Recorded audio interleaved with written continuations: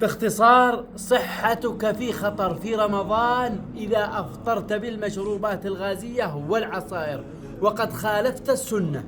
فمن السنة أن تفطر بماء وتمر، فهذا فطور النبي صلى الله عليه وسلم، كان يفطر بالأسودان التمر والماء. فعندما تفطر بالماء أنت تساعد على ترطيب الجسم، وكذلك عندما تفطر بالتمر تساعد على إمداد الجسم بالطاقة بأسرع طريقة ممكنة.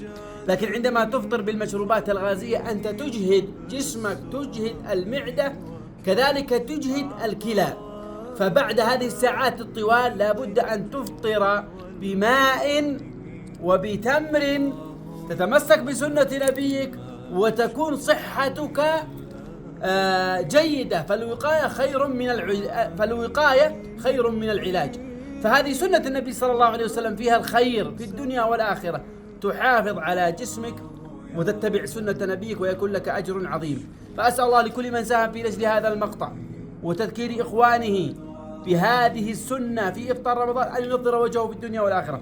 ولا تنسى المتابعة والمساهمة في نشر المقطع والدل على الخير كفاعله. وبسم الله. حول المشروبات بعد الإفطار. السلام عليكم ورحمة الله وبركاته.